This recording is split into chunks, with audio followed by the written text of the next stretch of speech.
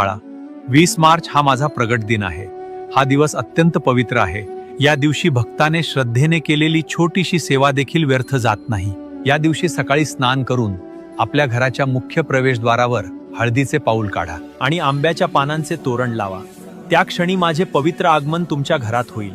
सायंकाळी देवघरात गाईच्या तुपाचा दिवा लावा आणि शांत मनाने माझ्या मंत्राचा 108 वेळा जप करा. त्या जपामध्ये तुमच्या मनातील भावना आणि इच्छा मला मनापासून सांगा. शक्य असेल तर त्या दिवशी एखाद्या गरीबाला अन्नदान करा. सेवेमध्ये मोठेपणा नसतो, पण त्यामागची भावना मोठी असते.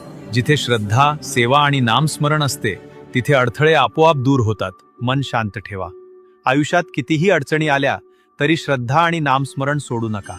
जे मनापासून माझे स्मरण करतात त्यांच्या जीवनाचा मार्ग मी स्वतः सुकर करतो. भिऊ नकोस, मी तुझ्या पाठीशी आहे.